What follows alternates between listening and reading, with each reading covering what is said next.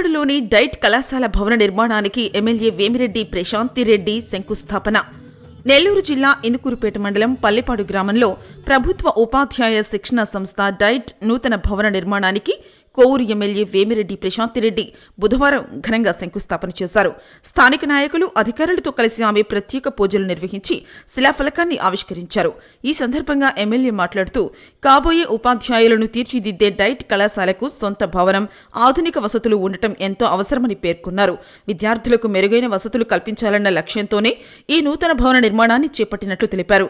కోవూరు నియోజకవర్గాన్ని ఆదర్శవంతంగా తీర్చిదిద్దుతామని, ముఖ్యంగా విద్య, వైద్య రంగాల్లో మౌలిక సదుపాయాల కల్పనకు అధిక ప్రాధాన్యత ఇస్తున్నామని ఆమె స్పష్టం చేశారు. భవన నిర్మాణ పనులను నిర్ణీత గడువులోగా పూర్తి చేయాలని, నిర్మాణంలో నాణ్యతా ప్రమాణాలను పాటించాలని అధికారులను, కాంట్రాక్టర్లను ఆదేశించారు.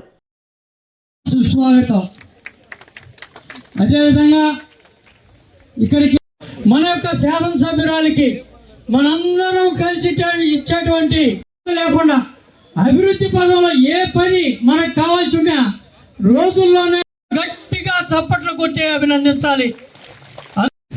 ఈ జిల్లా విద్యా శిక్షణ సంస్థ భవన శంకుస్థాపనకి విచ్చేసిన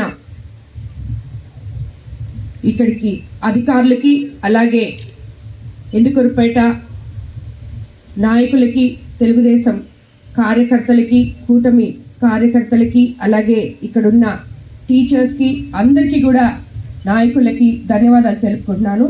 ముందుగా మనం జిల్లాలోనే ఎంతో ఉత్తమ ఉపాధ్యాయుల్ని అందించే శిక్షణా కేంద్రం మన కాన్స్టిట్యున్సీలో ఉందని గర్వంగా మనం చెప్పుకోగలగాలి. అలాగే ఈరోజు 1990లో నిర్మించిన ఈ భవనం ఆల్మోస్ట్ చాలా శిథిలావస్థ స్థితిలో ఉంది. భవనాలన్నీ సరిగ్గా లేవని చెప్పి మన ముఖ్యమంత్రి చంద్రబాబు నాయుడు గారు